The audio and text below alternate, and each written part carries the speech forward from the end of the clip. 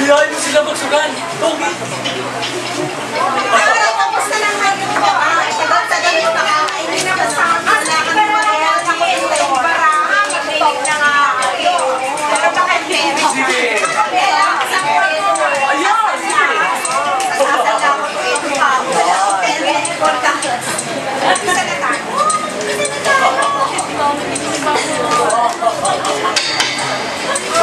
Kaya. Oh, yung makaharap na kayo. Hiyain mo yung mga kaibigan mo, pare. Marami po. Marami po. Marami tayo.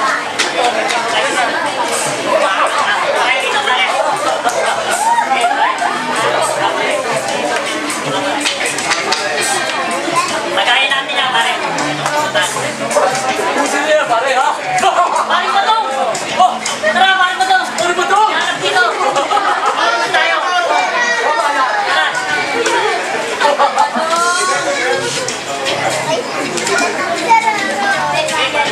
Muna niya, pare.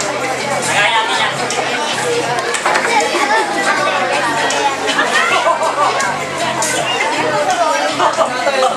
Sige, kulitin mo yan. Pwede po ba ba ang saka pang project na?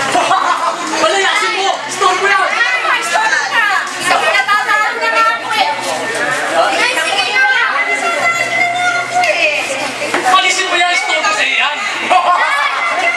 Ay, sige na. Sulit mo talaga. Umalis ka nga dyan. Tama yan! Oh! Sige, pare. Tagay na tagay, pare.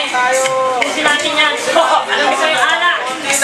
Nakatanggal ng problema yan. Tama yan, pare! Inom, inom. Inom tayo, inom, pare. Sige, tagay na tagay. Tay, pwede po ba kayo ng pang project mo? Pare, store mo yan! Ayan! Ano pang project? Tumisin mo mo Ay, yan! wala din po ako masasahin. Kita mo nga nagiinuman kami, wala kaming pambiling alak. Kaya lumayas ka sa harapan ko. Tama yan, pare! Taasan na mo. Balik ka dito. Masyadong may natulong mga tagay yung tinga. Ang pamilya mo nga, pare. Marami tayo.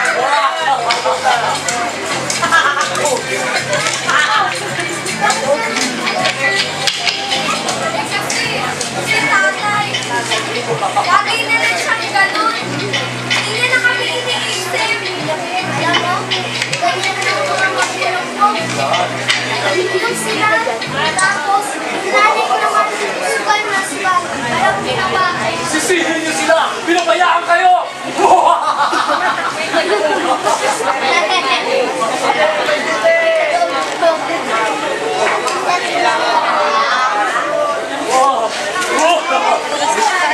Teka, nindol-dol na kasi ganyan ah. Oo nga, may problema sila! Sige, lapitan mo! Sama mo sa mga kasiyahan sa'yo! Teka. Oh, Tony. Jay. Ba't nilukot-lukot mo? Dito kayo, papakita ko sa inyo. Siguradong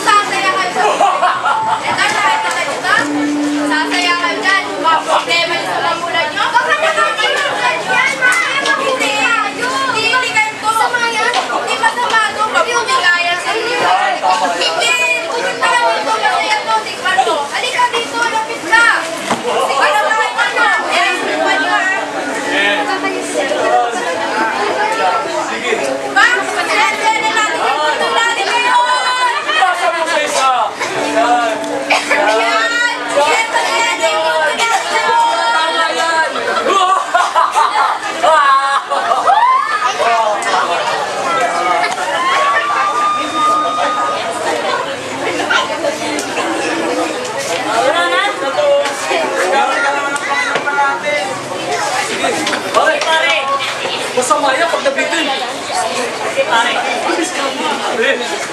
Ubus na ba? Ubus na! Sige pare, akong bahala. Bahala pare. Babe, saan ka na? Nakakot, tagal mo naman. Bilisan mo ha. Wait lang pare ah. Sige, papunta na ako. Ingat ha. Ayaw namin dito. Pare, tingnan mo yung babae. Marami pera yan. Diskarte mo na para hindi kayo mapipisa. Sige na pare!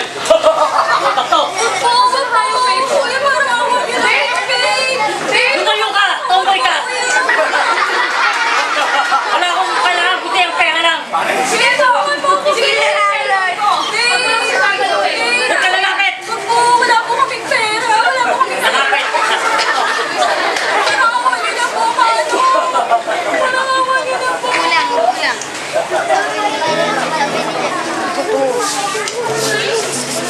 Doon! Nangyari sa'yo! Doon! Dave! Dave! Tawagin mo yung nanay! Doon! Dave! Dave! Parang nangyari!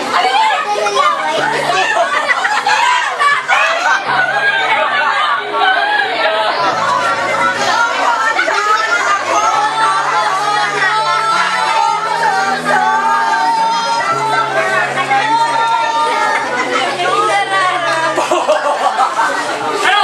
Asan yung pera nyo? Huwag mo! Pulis! Pulis! Pulis! Pulis ka! Pulis! Pulis na mo!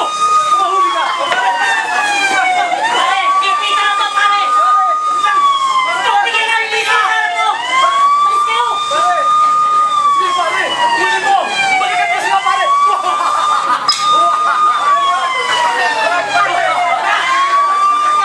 Ang lahat ng problema ko! Alis kayo! Tama yan pare! Itatamay ko na kayong lahat!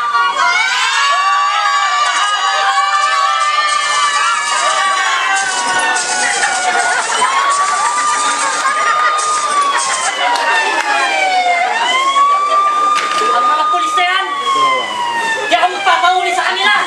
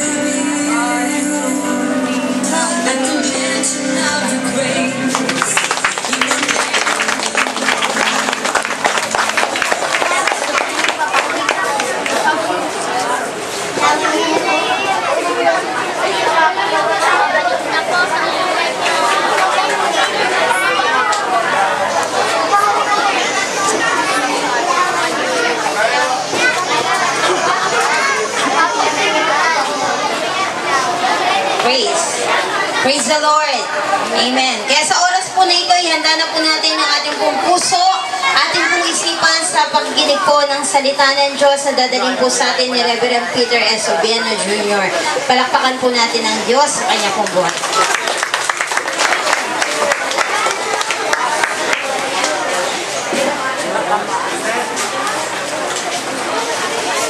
Praise the Lord. Batiin nga po natin ang ating mga katabi na Maligayang isang dekadang taon.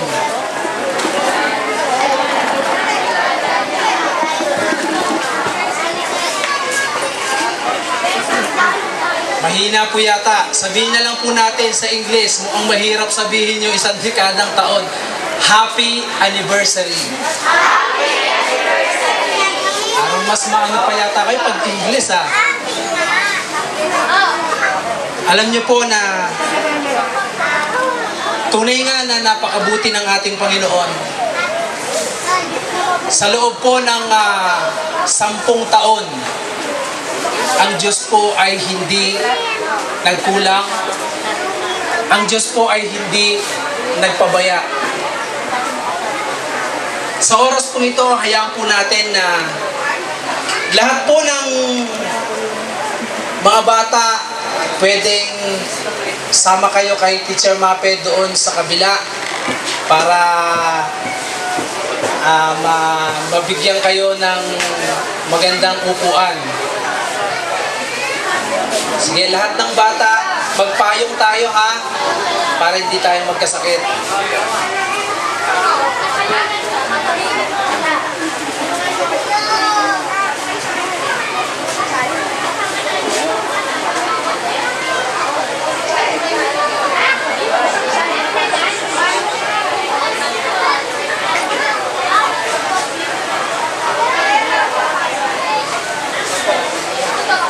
Sige po, sa oras pong ito ay sumandaling yumuko tayo at tumikit at tayo ay manalangin muli.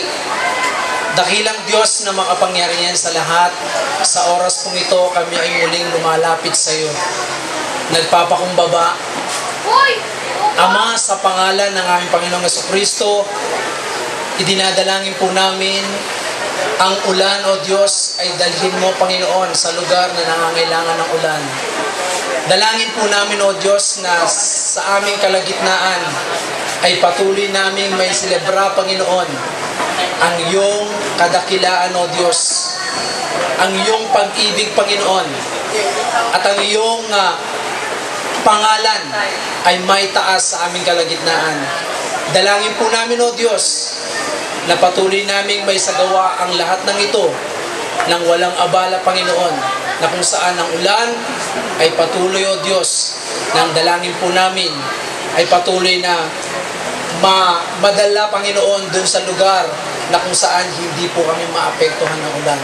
Salamat po, O Diyos, katulad ng panalangin, Panginoon, ni Elijah, O Diyos, nang siya ay nagpababa ng apoy, Lord, doon sa handog. Ganun din po, O Diyos, ang dalangin po namin na kung saan ang ulan na ito ay dalhin mo, O Diyos, sa lugar na nangangailangan ng tubig. Salamat po, O Diyos, ikaw ang may taas sa pangalan ni Jesus. Amen at amen. Sa oras po ito ay sabihin nyo nga po sa katabi nyo, may cake ka ba? Lakasan nyo po, may cake ka ba?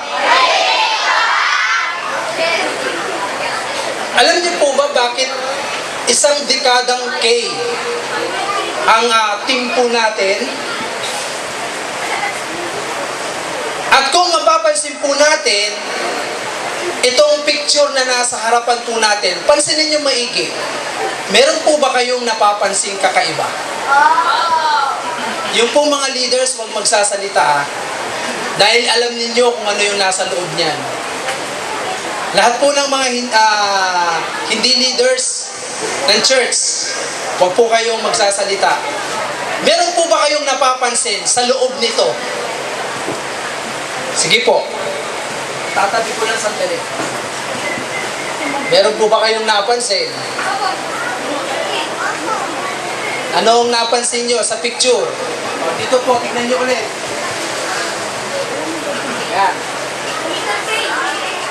May nakita po ba kayo? Doon sa loob ng mga picture?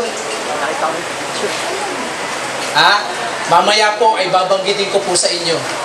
Sa oras po nito ay makibukas po tayo sa aklat po ng Exodo, chapter 6, verse 2 hanggang 13.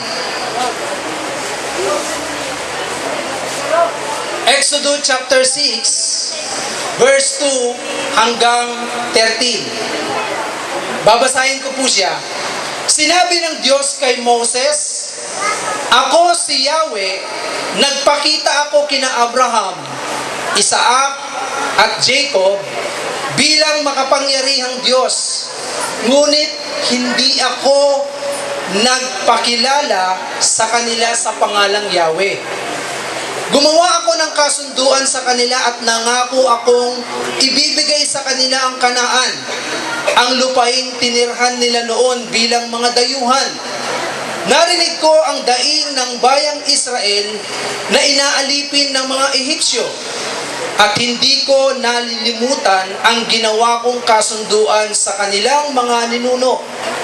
Kaya ito ang sabihin mo sa mga Israelita, ako si Yahweh, ililigtas ko kayo sa pagpapahirap ng mga Ehipsyo. Ipadarama ko sa kanila ang bigat ng aking kamay. Paparusahan ko sila at kayo'y palalayain ko mula sa pagkaalipin.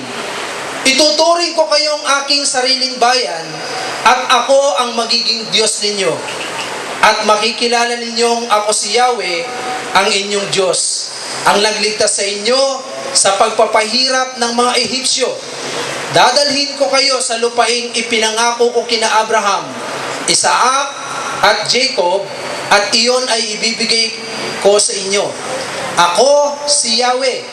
Sinabi ito ni Moses sa mga Israelita, ngunit ayaw na nilang maniwala dahil sa panghihina ng loob at dahil sa matinding kahirapang kanilang dinaranas. Nang muli silang mag-usap, sinabi ni Yahweh kay Moses, "Pumunta ka sa Paraon at sabihin mong payagan ng umalis ang mga Israelita. Kung ang mga Israelita ay ayaw makinig sa akin, ang Paraon pa kaya? Ako'y hindi mahusay magsalita," sagot ni Moses. Ngunit sinabi ni Yahweh kina Moses at Aaron, "Sabihin ninyo sa mga Israelita at sa Paraon na inatasan ko kayo na ilabas sa Ehipto ang mga Israelita." Ang Diyos po ang bahalang magpala sa kanyang buhay at banal na salita. Dito makikita po natin dito sa ating binasa na ang Diyos, narinig ng Diyos ang mga karaingan ng mga Israelita. Meron po silang karaingan sa Diyos. Okay.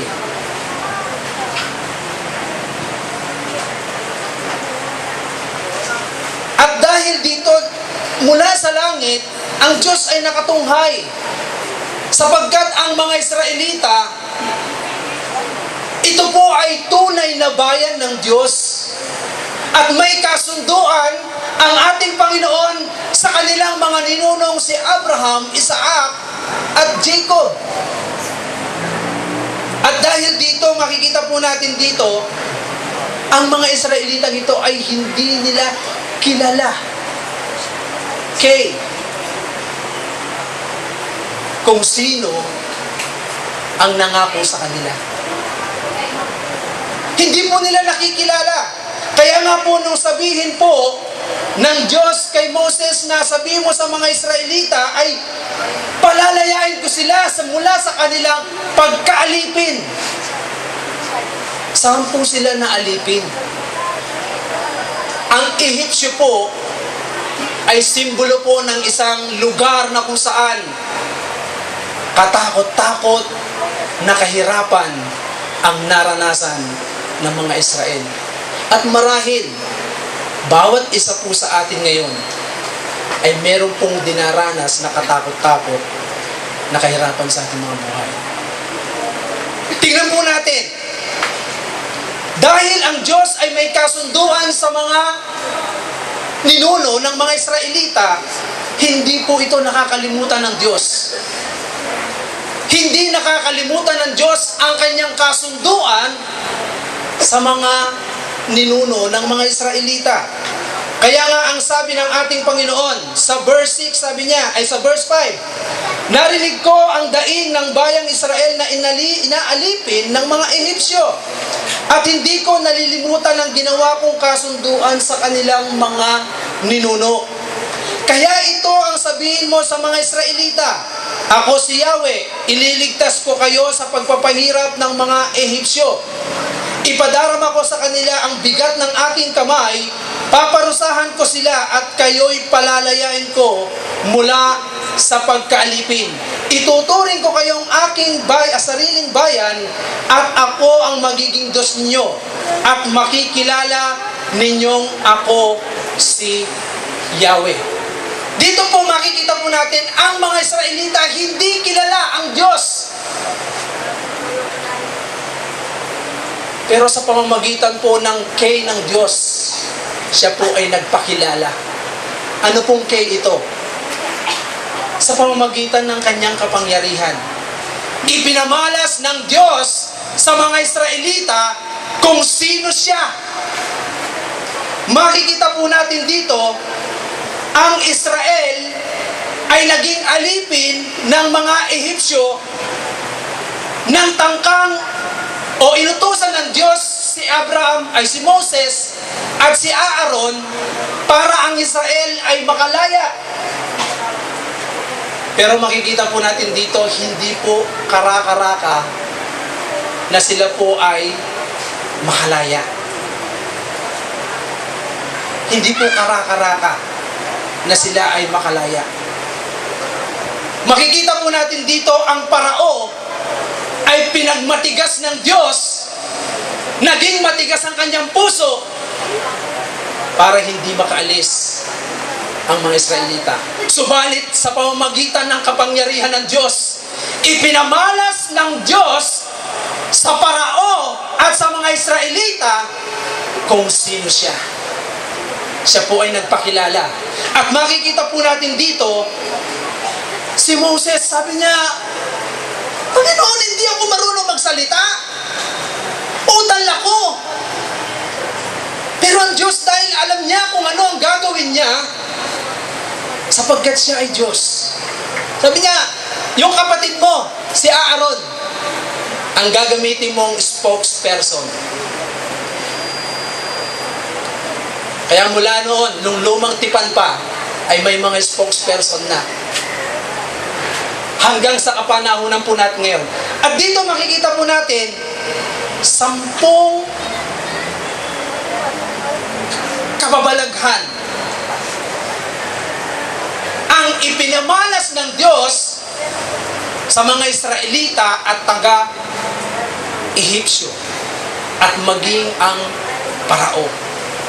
Pero alam niyo po ba, unang salot na ipinamalas ng Diyos o ipinakita ng Diyos sa pamamagitan ng kanyang kapangyarihan, unang kababalaghan, nung ang tungkod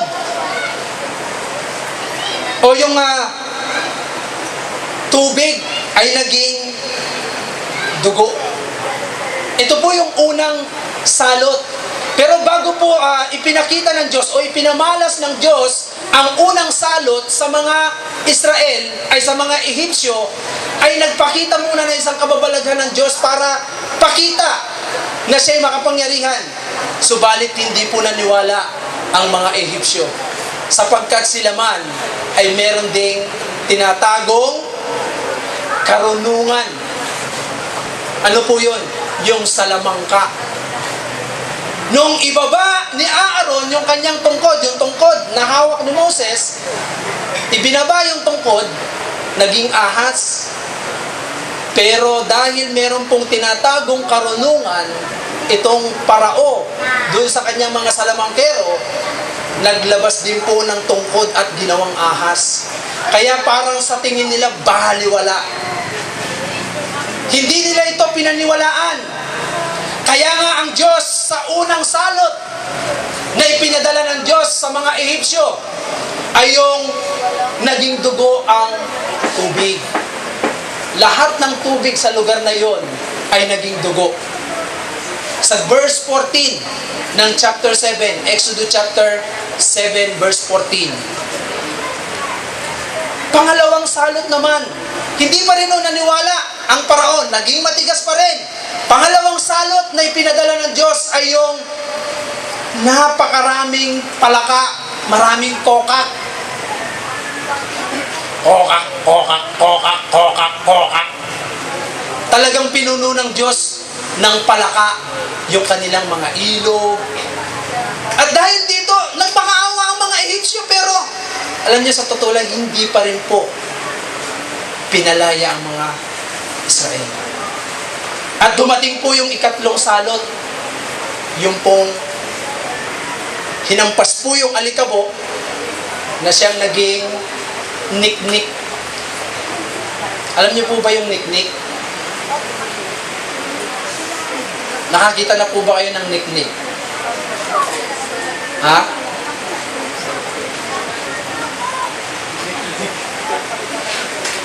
Lahat ng tao doon at yung kanilang mga hayop ay pinahirapan dahil sa mga niknik. Ngunit, ang parao ay nanatiling matigas.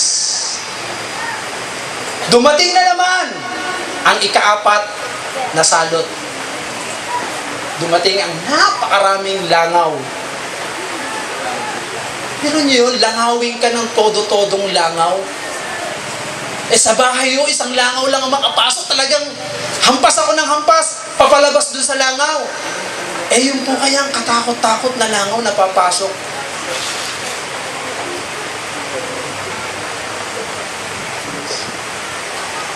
Hindi pa rin po natinag ang parao. Sa madaling salita, hindi pa rin pinalaya ang mga Israelita. Ikalimang salot ay pagkamatay ng mga hayop po nila. Namatay ang lahat ng mga hayop ng mga Ehipsyo. Pero hindi pa rin ho natinag ang parao. Bakit to? Nagmatigas pa rin ho siya. Pinatigas ng Diyos ang puso ng parao. Bakit? Tingnan mo natin mamaya. Bakit to kaya? Ang ika-anim na salot ay yung tinubuan po ng mga pigsa ang mga tao. Kaya ho kapag kayo ay pinipigsa, tanungin niyo po sa Diyos kung meron kayong mga nagawang kasalanan. Baka punuin kayo ng bukol sa ulo, ay may nagagawa na pala kayong Pinuno po sila ng pigsa sa katawan, mula ulo hanggang paa.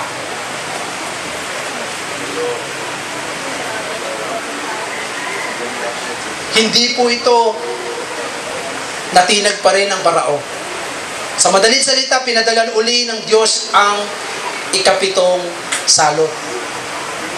Nagkaroon po ng malakas na ulan ng yelo.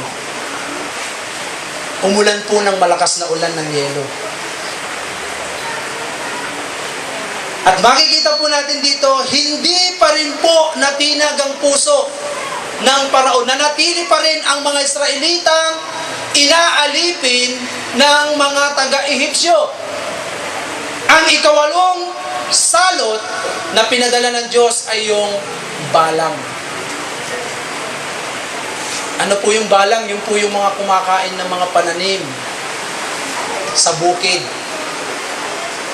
Kakainin po yung mga bunga at hindi ka po makakakuha ng kahit na anong aanihin sapagkat kakainin ng mga napakakapal na balang ang kanilang mga tanim. Hindi pa rin natinag. Pinadala pa rin ng Diyos ang ikasyam na salot. Ano po yung ikasyam na salot? Nagkaroon po ng tinatawag na pagdilim sa buong Ehipsyo.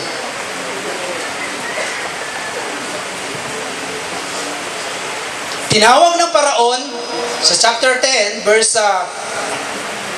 24, tinawag ng Paraon si Moses, sinabi niya, makakaalis na kayo upang sumamba kay Yahweh, maaari ninyong isama ang inyong mga pamilya, ngunit iwan ninyo ang lahat ng tupa, kambing at baka. Sumagot si Moses, hindi po maaari. Kailangang bigyan ninyo kami ng mga hayop na ihahandog namin kay Yahweh, na aming Diyos. Kaya kailangang dalhin din namin ang lahat ng aming hayop at wala ni isa mang maiiwan sapagkat pipiliin pa namin sa mga ito ang ihahandog namin kay Yahweh. at hindi namin malalaman kung alin ang ihahandog namin sa Kanya hanggang hindi kami dumarating sa lugar na pagdarausan namin ng pagsamba. Pinagmatigas pa rin ni Yahweh ang paraon. Ayaw na naman niyang paalisin ang mga Israelita. Sinabi niya kay Moses, lumayas ka na at huwag ka nang magpapakita sa akin. Ipapapatay na kita kapag nakita ko pa ang pagmumukha mo. Masusunod ang gusto ninyo, sagot ni Moses. Hindi mo na ako muling makikita.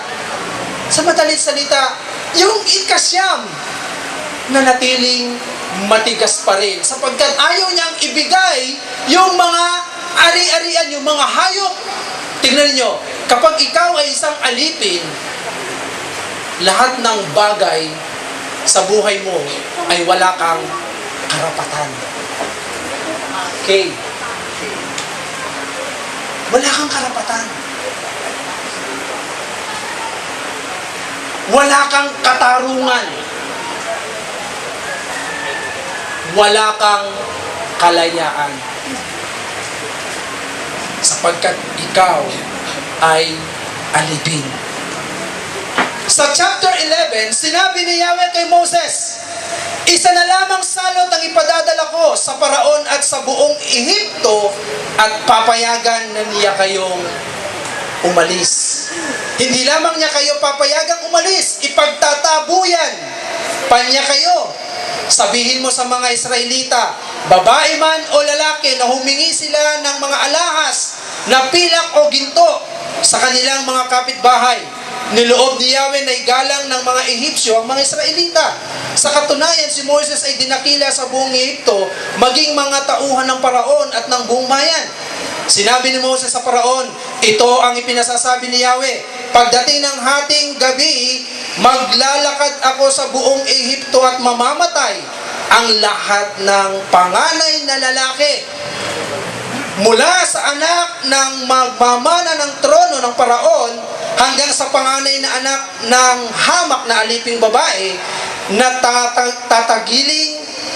tagagiling ng trigo, pati panganay ng mga hayop ay mamamatay. Walang maririnig sa buong Ehipto kundi ang malakas na panaghoy na hindi pa naririnig at hindi na narinig kailanman. Ngunit ang mga Israelita ay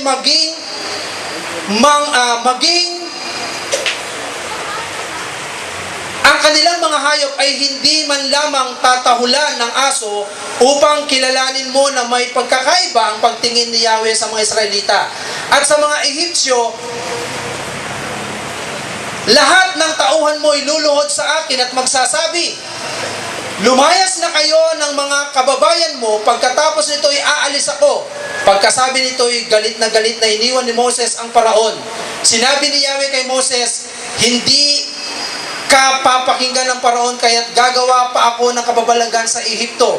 Ginawa ni na Moses at Aaron ang lahat ng kababalagang ito.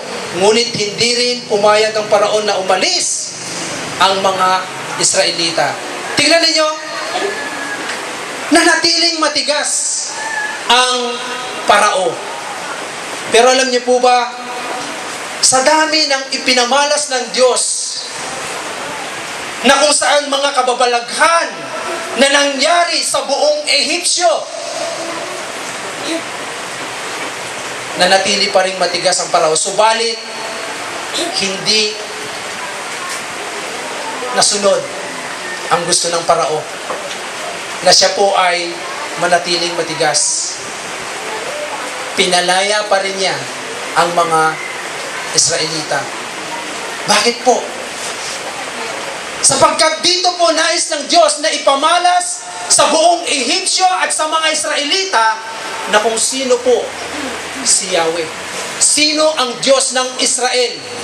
At dito makikita po natin, dahil sa kanyang kapangyarihan, ipinakilala niya kung sino siya.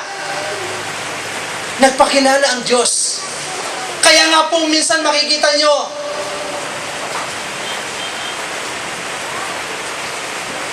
hawak ng Diyos ang buhay ng tao. Hawak ng Diyos ang lahat ng bagay dito sa daigdig na ating ginagalawan. Pansinin niyo ang parao.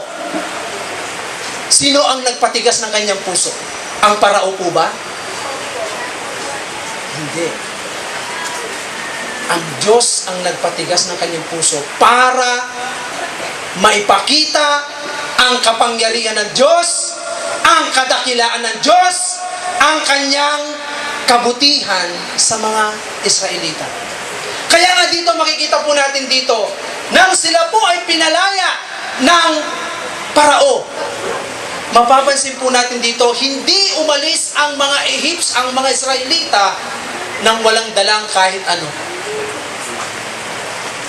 Dahil nga po sila po ay nakaranas na ng kalayaan, tingnan po ninyo, sa pamamagitan ng kapangyarihan ng Diyos, nangyari po yung tinatawag na kalayaan.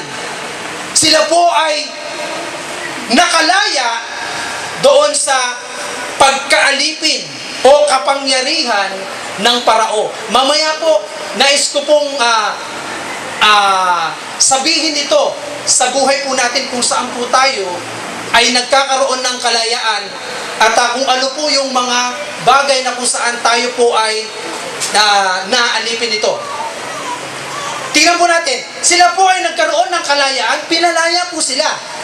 At nang sila ay palayain, sila po ay nakaranas din po ng kaligtasan mula sa Diyos. Saan po? Sila po ay idinigtas ng Diyos sa tiyak na kapahamakan na dapat sana ay mamamatay po sila. So kapahamakan, ano po yun? Sila po ay naglalakbay na. Nandiyan na sa ano? Sa ilang. At nung parang ang parao wala na tayong mga alipin. Sino ang magtatrabaho para sa atin? Parang nagising. Ngayon, hinabol nila ang mga Israelita. At habang naglalakbay ang mga Israelita, alam niyo po ba na hindi po karaka-raka ang mga Israelita ay makalayo sapagkat sila po ay naglalakad kasama ang mga tupa, ang mga baka, yung kanilang mga hayop. Gaano na lang po kapilis maglakad ang mga hayop nila, yung mga baka, yung mga tupa, yung mga kambing nila, yung pong mga manok pa nila. May mga alaga pa silang mga manok, yung mga may balahibo. Hindi po sila ganun kabilis. Saka may mga karga-karga pa silang mga kagamitan nila. At yung mga nakuha nilang mga kayamanan mula sa mga Ehipsyo. Kaya ganito po ang nangyari. Habang sila po ay naglalakbay, maya-maya natanawan ng mga Israelita ang mga Ehipsyo. Natakot ngayon ang mga Israelita. Moses, sabi niya, papatayin mo ba kami dito sa ilang? Dinala mo ba kami rito para mamatay? Alam niyo po ba na si Moses, nung oras na yon, parang medyo natinag din si Moses. Hindi rin niya alintana na gano'n ang mangyayari sapagkat hindi niya alam kung ano yung mga bagay na mangyayari. Sapagkat siya po ay inutusan lamang po ng Diyos na sabihan ang mga Israelita para sila ay makalaya. At dito, sa kanilang pag-alis, sabi po rito sa chapter 14, verse 15, sinabi ni Yahweh kay Moses, bakit mo ako tinatawag? Palakarin mo ang mga Israelita, itapat mo sa ibabaw ng dagat ang iyong tungkod. Mahahati ang tubig at matutuyo ang lalakaran ninyo. So, sa madaling salita, si Moses, dahil nga sa likas na tao niya, hindi niya rin alam kung anong gagawin niya dahil nandyan na ang mga kalaban niya. Ang mga kalaban ng mga Israelita. At hinahabol po sila ng mga taong umalipin sa kanila. At dito makikita po natin, nang sabihan ng Diyos, sabi niya, itapat mo sa ibabaw ng tubig. Tingnan niyo ang ginawa ng Diyos na kaligtasan sa mga Israel. Sa madaling salita, to make the story short, ang tubig sa dagat ay nahati. At nang nahati, ito po ay nakalakad po sila sa gitna ng dagat. Ito po ba ay kamangha-mangha? Nakakita na po ba kayong nahating dagat sa tanang buhay po natin? Never pa natin nakita. Nakakita po tayo ng dagat na umapaw. Pero yung nahati, wala. Amen po ba? Tsunami. Pero nahating dagat ay wala pa tayong nakita. Pero ang mga Israelita, nakita nila ng kanilang mga mata. Kaya nga dito, kamangha-mangha ang ginawa ng Diyos na ito. Na pagliligtas. Naranasan ng mga Israelita ang kaligtasan. Mula doon sa kapahamakan na dapat sana sila'y mamamatay. At dahil dito, sila po ay naligtas. Nakalaya po sila, nagkaroon po ng kalayaan, nagkaroon po ng kaligtasan, at sila nga po ay nakaranas ng kalwalhatian ng Diyos sa pamamagitan ng kanyang kapangyarihan. At siya po ay nakilala ng mga Israelita. Pero hindi pa po dito natatapos ang kwento. Sapagkat mula noon hanggang sa panahon po natin, ang mga tao ay patuloy na tumatalikod sa Diyos. Tinalikuran nila ang Diyos na nagpamalas ng kapangyarihan, nagpamalas ng kamangha-manghang gawa. Kinalimutan nila ang Diyos. Pero mga kapatid, hindi pa rin po natapos doon ang kapangyarihan ng Diyos.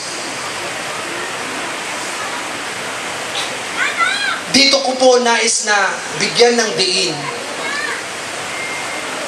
kung bakit isang dekadang cave at sa ating tinitignang larawan ay may makikita kayong nakatago sa loob ng mga larawan ito.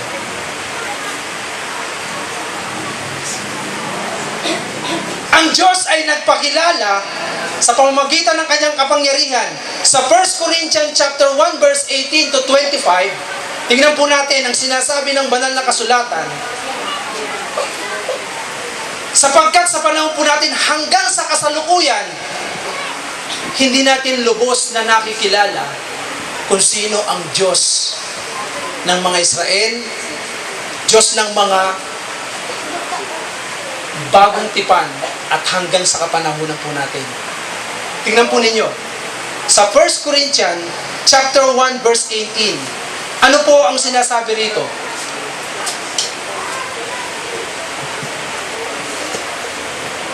Ang mensahe tungkol sa pagkamatay ni Kristo sa krus ay kahangalan para sa mga taong napapahamak.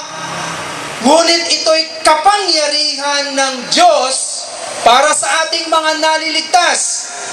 Sapagkat nasusulat, sisirain ko ang karunungan ng marurunong at gagawin kong walang saysay ang katalinuhan ng matatalino.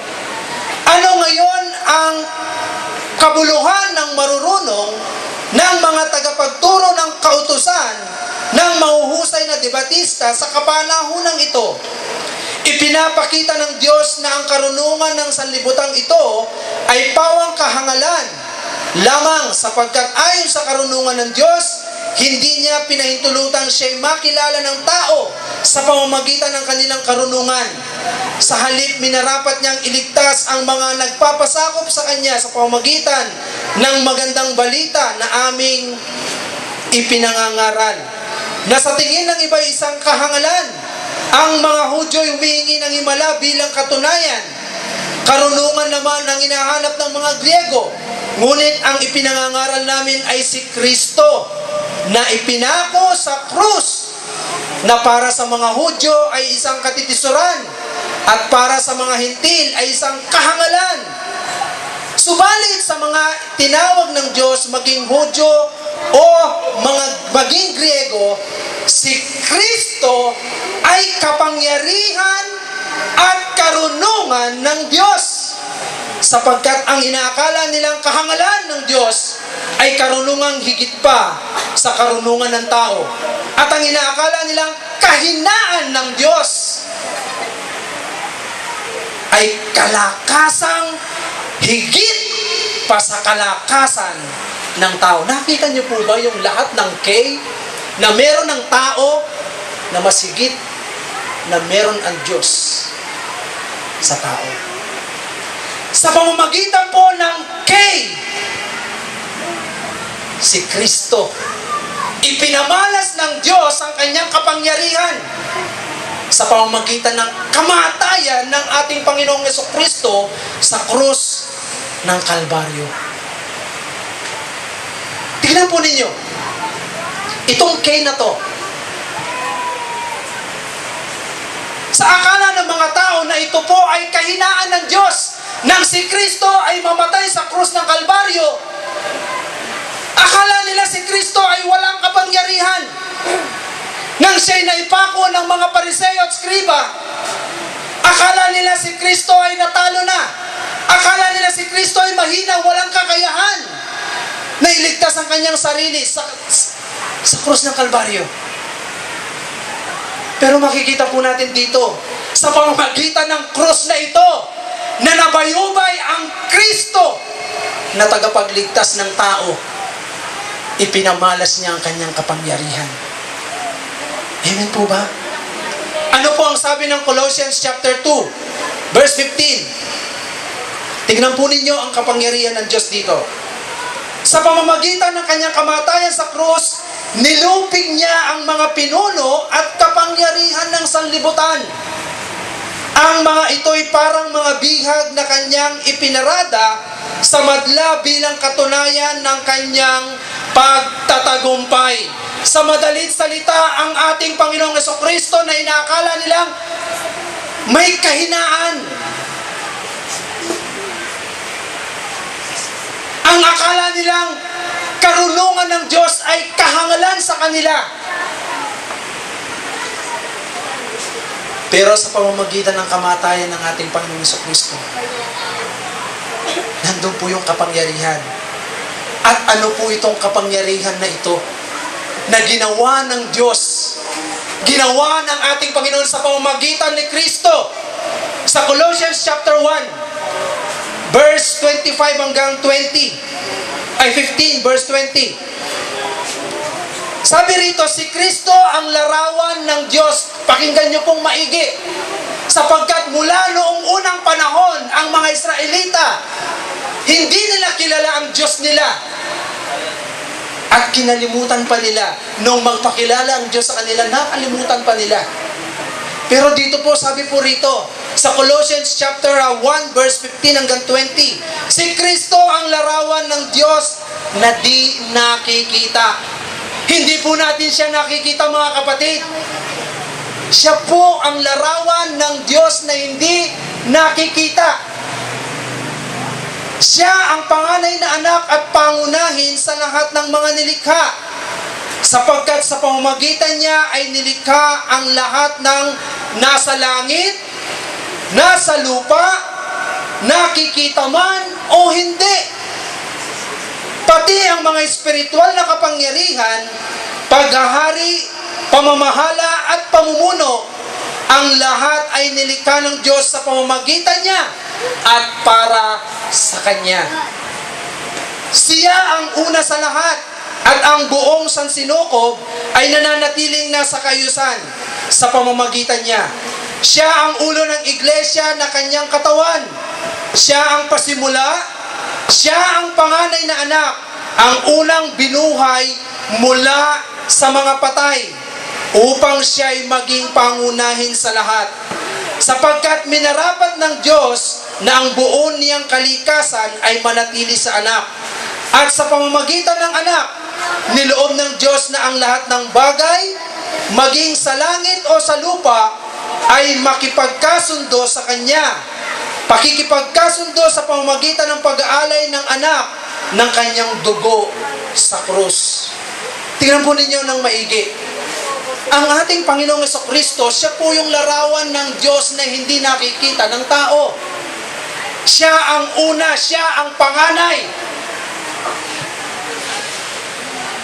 At makikita natin ang lahat ng bagay ay nalikha sa pamamagitan niya.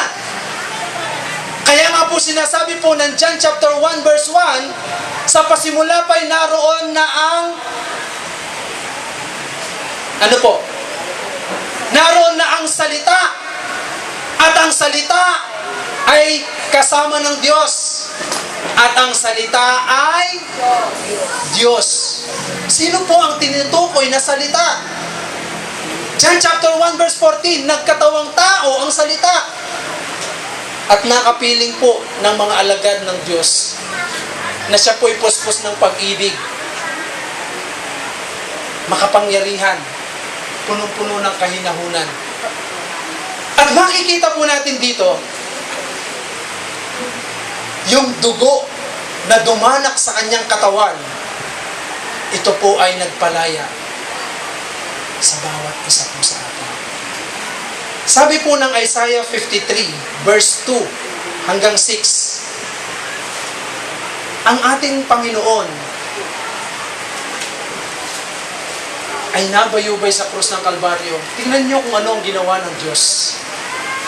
Ang sabi ng ating Panginoon, Isaiah 53 verse 2 hanggang 6, kalooban ni Yahweh na matulad sa isang halaman, ang kanyang lingkod, parang ugat, ang kanyang likod. Kalooban ng Diyos na matulad sa isang halaman ng kanyang lingkod, parang ugat na natanim sa tuyong lupa, walang katangian o kagandahang makatawag pansin, walang taglay na pang-akit para siya ay lapitan. Hinamak siya ng mga tao at itinakwil, nagdanas siya ng hapdi at hirap, wala man lamang pumansin sa kanya. Binaliwala natin siya na parang walang kabuluhan.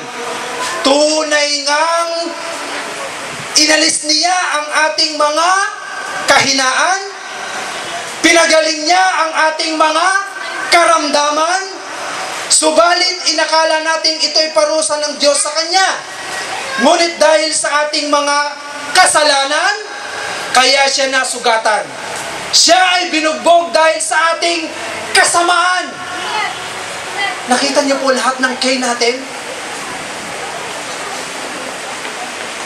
Tayo ay gumaling dahil sa pahirap na dinanas niya at sa mga hampas na kanyang tinanggap.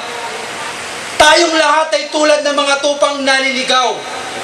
Nagkanya-kanya tayo ng lakad, ngunit ipinataw ni Yahweh sa kanyang kaparusahang tayo ang dapat tumanggap. Mga kapatid, nakita niyo po ba kung ano yung mga kay na meron tayo sa ating buhay? Nandiyan na yung kahinaan, karamdaman, kasalanan, kasamaan. Hindi lang po yun. Kinalimutan pa natin ang Diyos.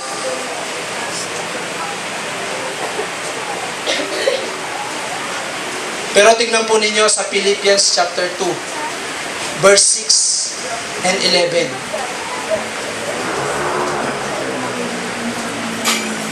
Ano po ang sabi ng Philippians chapter 2? Tingnan po ninyo kung sino itong kinalimutan natin. Ang sabi po rito, kahit siya'y likas at tunay na Diyos, hindi niya pinagpilitang manatiling kapantay ng Diyos. Sa halip, kusa niyang hinubad ang pagiging kapantay ng Diyos at naging katulad ng isang alipin. Ipinanganak siyang tulad ng mga karaniwang tao. At nang si Kristo'y maging tao, nagpakumbaba siya at naging masunurin hanggang kamatayan. Maging ito man ay kamatayan sa krus, at dahil dito, siya ay lubusang itinaas ng Diyos. At ibinigay sa Kanya ang pangalang higit sa lahat ng pangalan. Sa gayon, sa pangalan ni Jesus, ay luluhod at magpupuri ang lahat ng nasa langit, nasa lupa, at nasa ilalim ng lupa. At para sa kalwalatian ng Diyos, Ama, ang lahat ay magpapahayag na si Jesucristo ang Panginoon. Nagpakumbaba ang Diyos. Kahit na siya po ay Diyos, hindi niya ipinantay ang kanyang sarili sa pagiging Diyos. Kaya nga sinasabi ng marami na si Kristo ay tao lang. Maliwanag po na sinasabi rito, ang tao na binabanggit ng marami na hindi pinaniniwalaan na nasa Kanya ang kapangyarihan. Ano po ang kapangyarihang ito? Dito po makikita po natin dito, meron po siyang kapangyarihan na kung saan tayo po ay magkaroon ng kaligtasan. Amen po ba?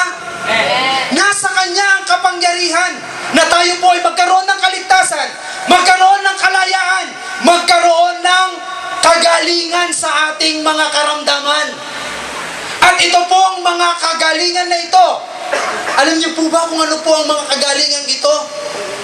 Ito po ay kamatayang espiritual, kamatayang pisikal, karamdaman, at kahirapang emosyonal. Ano po yung pinalaya sa atin ng Diyos? Kalayaan mula sa kasalanan, mula sa kapangyarihan ni Satanas. Ano pong kaligtasan ang ating natamo? Kaligtasan mula sa kamatayan. Amen po ba? Ano po sinasabi ng banal na kasulatan? Sa John chapter 3 verse 16, gayon na lamang ang pag-ibig ng Diyos sa makasalanan sa libutan ng sinumang sumampalataya sa Kanya hindi na mapahamak, bagkus magkaroon ng buhay na walang hanggan. Nasa Kanya ang kapangyarihan ito. Amen po ba?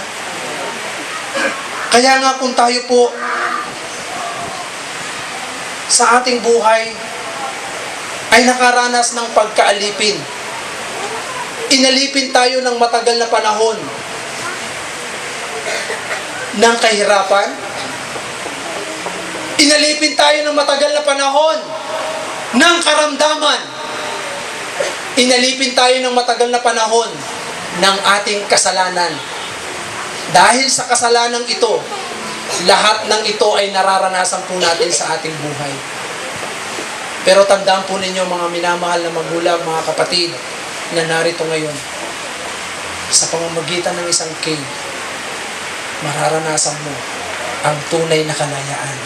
Amen po ba? At walang iba kundi ang ating Panginoong Jesucristo. Sabi po rito,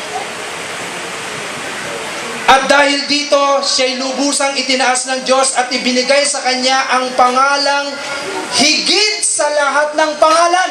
Wala na pong hihigit sa Kanyang pangalan. Tandaan po natin yan. Kapag may nagsabi na meron pang hihigit sa pangalang Kristo, nagkakamali po siya. Sapagkat wala na pong hihigit sa ating Panginoong Jesucristo. Ibinigay sa Kanyang pangalang higit sa lahat ng pangalan, sa gayon, sa pangalan ni Jesus ay luluhod at magpupuri ang lahat ng nasa langit, nasa lupa, at nasa ilalim ng lupa. At sila po ay magsasabi na si Jesus ay Panginoon. Alam niyo po ba na nakita ko po ang kapangyarihan ng Diyos dito po sa Iglesia ng Panginoon, sa Jesus Firm and Powerful Sanctuary Ministry. Bakit kaya firm? Sapagkat ang Jesus Firm ay dumanas ng napakaraming pagsubok. Dumanas ng napakaraming kahirapan. Dumanas ng napakaraming bagay na kung saan dumating na sa punto na ikaw ay parang titigil na. Tingnan po ninyo. Isa pong halimbawa ko sa atin. Dito po sa lugar na ito. Ito pong lugar na ito. Alam niyo po ba na mahigit 1 taong walang kuryente? Mahigit 1 taon na naghirap ang lahat ng mga manggagawa na sa gabi ay nagmi-meeting kami rito, walang ilaw. Sa gabi kami ay nagpe-prayer meeting, walang ilaw.